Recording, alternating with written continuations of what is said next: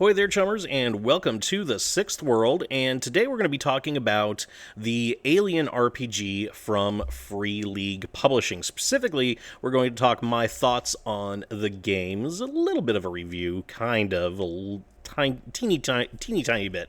It's not really a book review because honestly I haven't finished reading through the entire book. I've read maybe about half of it, but we did get to play, my group did get to play the game. One of our group members texted all of us in our group chat a couple of weeks ago and said, hey guys, I basically said, hey, I got this. I got the Alien RPG. I've got all the stuff for it. Why don't I run it and we see how it goes? And I was all for it, number one, because Alien, I've said this before on the channel, I've said this on Twitter, I've said this pretty much anywhere, but the Alien movies, and when I say Alien movies, I'm talking Alien 1 through 3. Specifically Alien and Aliens, more so Aliens. But Alien 3 has its merits, too, I think. It's you know, that's probably a whole other video in and of itself, but I think Alien 3 can stand as a decent part of the Alien universe, despite what they did to Newton, Hicks, and all that stuff. It wasn't a bad movie. Certainly wasn't as bad as Alien Resurrection. So anyway, if you disagree with me, drop a comment below. Maybe I'll do a whole discussion video on why I think Alien 3 is not really all that bad, considering. But the Alien franchise is one of my favorite franchises. Aliens was literally my favorite movie as a kid, and I love those movies. And I recently rewatched the first Alien movie, and you know, that movie is almost 50 years old at this point, and it still hits pretty hard. It still creeps me the hell out to this day. So I jumped at the chance to play in the Alien RPG for that reason, and also because it meant that I wouldn't have another game that I would be a perpetual GM in. Because honestly, I've probably said this before, but I am the perpetual GM for my group with regards to Shadowrun. I have played maybe 2 Shadowrun games in my entire life because I'm running Shadowrun 9 times out of 10. Usually if there's a Shadowrun game going, I'm the one running it, so I don't get to play that very often. So it was definitely a good thing in my eyes that I was going to get to actually play the Alien RPG. So the mission that we ran, it was a cinematic mission. So, you know, with cinematic missions, there's 2 game modes in Alien. There's cinematic mode and then there's campaign mode. Cinematic mode, the book straight up tells you that you are probably going to die. It tells you that if you have one survivor, you are lucky. You are extremely lucky if you survive. And in cinematic play, you're basically playing out an Alien movie, which means almost everybody's going to die at that point, which is actually a very surreal feeling. That was one of the things that struck me, particularly as we got towards the end of the session. The action started ramping up. I had it in the back of my mind. You know, you do get attached to characters as you play them, and it just kind of hit me all of a sudden, like, this character's going to die. Like, I've played this character to the best of my abilities. I've had fun with this character for, you know, a couple of weeks now, and he's going to die. He is not going to live past tonight. We had our last session last night of the cinematic game. So, and it definitely... You know, it's a hard thing to describe. It really is, playing a character that you know is going to die. I don't know if it opens up the opportunity for more drama necessarily, but honestly, it didn't really affect gameplay very much for me, because I still wanted to get to the end of the story. Even though I knew I was going to die, I wanted to see how it happened, and I wanted to see, you know, I wanted to go out with a bang. I ended up not going out with a bang. I ran away from a black goo mutant and ended up asphyxiating in my spacesuit. So I did not go out with a bang, unfortunately. I had a better end than the guy who got beaten to death by a giant mutant, but you know, other than that, it was a fun game. It was a great game. We all loved it. We're gonna do a campaign now, and I definitely have some ideas as to what my campaign character is going to be. So, little before I get into that though, let me just tell you a little bit of a rundown of what the story was about. So, our GM basically said that he was going to use elements from the starter set as well as his own stuff to kind of flesh out a scenario. I don't know if any of this is going to be spoilers for anything that's in the starter box, because I don't know how much of it he changed and how much of it he actually used. But essentially, what it was is we were being sent to a mining colony that had put out a distress call about finding something in the mines. There were a couple of us who everybody had an agenda going in. There were a couple of people that were being sent as like relief workers as part of normal rotation, and then there were a couple of us that had specific agendas. We had one character who was playing a corporate suit, who his agenda was to get a sample of the black goo by any means possible. Basically, he was a company man.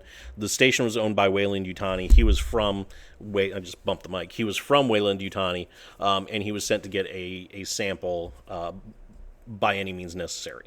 I was actually playing a character from a rival company. I was essentially a corporate hitman who had killed the regular pilot, and taken over, and my goal was also to get a sample of the black goo by any means necessary. Naturally, that brought me and the Wayland-Yutani exec into conflict. There ended up being a scuffle between us, and I tried to kill him. Twice. He ended up getting away. He ended up dying to a mutant. And then we just explored the station, trying to figure out a way to get off, because our ship had basically been locked down and destroyed by the android that was on station, who his programming had ordered him not to let anybody leave at all. And he set about making that happen. So it was a fun game. Overall, I liked how it played. The system actually plays really, really well. It's very simple, but there's enough depth to it that you can get some pretty deep gameplay out of it.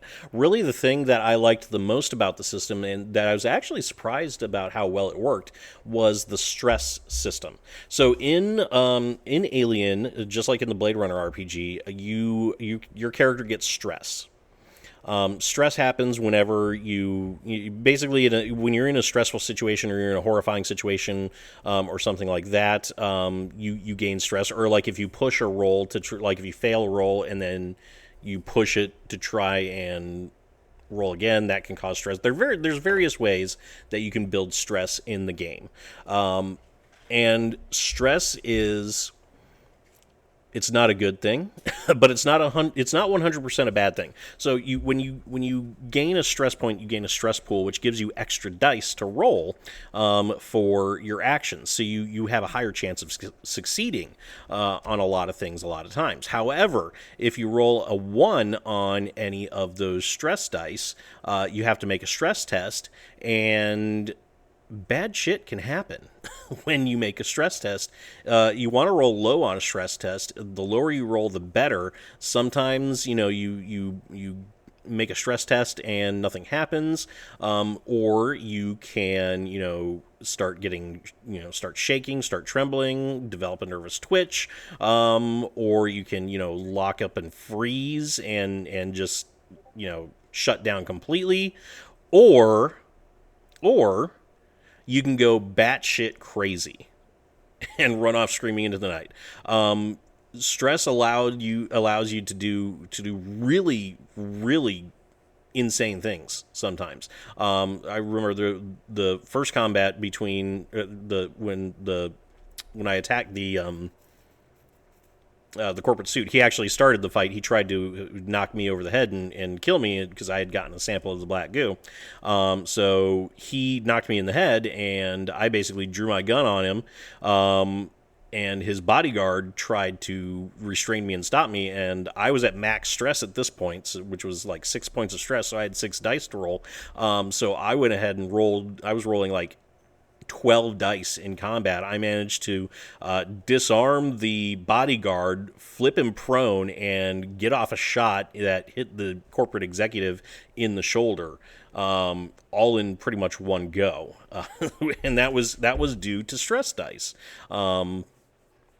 But then again, later on in that same game, towards the end, I hit max stress again, and I was trying to basically hack a computer, and I rolled the maximum that I could on the stress test, and I freaked out and tried to kill the corporate bodyguard who had become infected by the black goo during the course of the adventure. So it's definitely a double-edged sword. It makes you think about what you want to do, whether you want to attempt to do something, because when you attempt to do something and you've got stress dice, you're rolling those stress dice no matter what it is. So you kind of have to think about, okay, do I want to do this? Do I want to run the risk of losing it and freaking out, or do I want to play it safe and maybe let somebody else do this thing, or maybe find a different way of doing it? So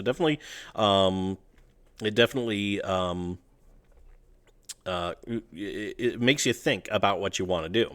Now, stress doesn't stay constant throughout the game. There's different ways that you can remove stress. You've got like drugs. There's different, like everybody's got like a signature item that they can use to de-stress. Or, if you freak out and start screaming, that actually relieves stress, surprisingly enough, a little bit, because you're letting it all out.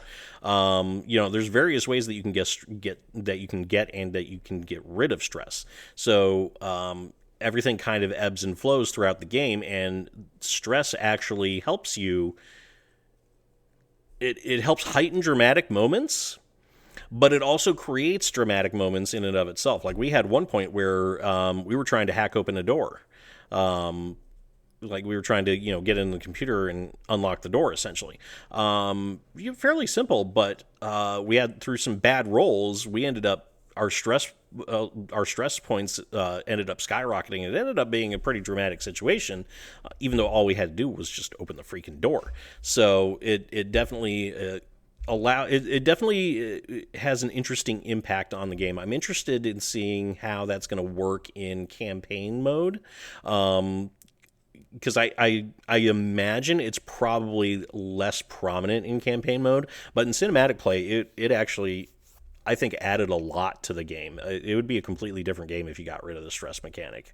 The other thing that I was surprised about with the game was it's actually fairly hard to kill a character. When you hit 0 hit points, you don't die automatically. Something bad happens to you. So it could be something like, a critical injury, or maybe you're stunned for a round or something like that. We had the corporate executive. He ended up being chased by a mutant through some air ducts. The mutant smacked him around a little bit and brought him to 0 hit points. Didn't kill him outright, but knocked him unconscious and then killed him. And then at one point, I was reduced to 0 hit points through a fall I took. And I didn't die, but I ended up with a length of rebar through my leg. And it was only through the medical skills of one of the roughnecks that was in the group that I actually survived and managed to limp on until the end there. So it's actually fairly tough to kill a character. You basically, whenever you get to 0 hit points, you roll on a table, and that determines what can happen. So, like I said, either, maybe you get knocked unconscious, or you get stunned, or maybe you have a critical injury or something like that.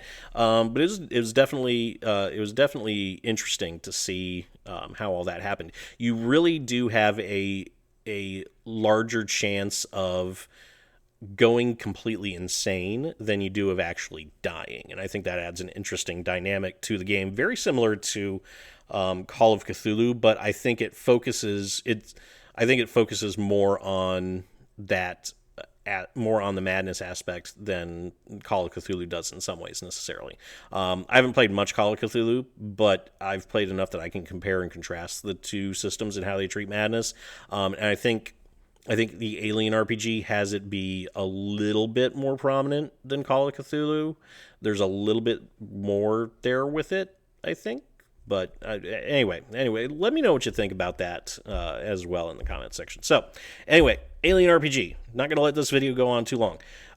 Very good game. I absolutely 100% recommend it. I will put a DriveThruRPG affiliate link in the description below if you want to pick up any of the Alien RPG stuff. I will also leave links to the Free League Publishing store if you want to pick up some physical copies. The books are very, very lovely and tasty, so I definitely recommend getting any physical copies if you can.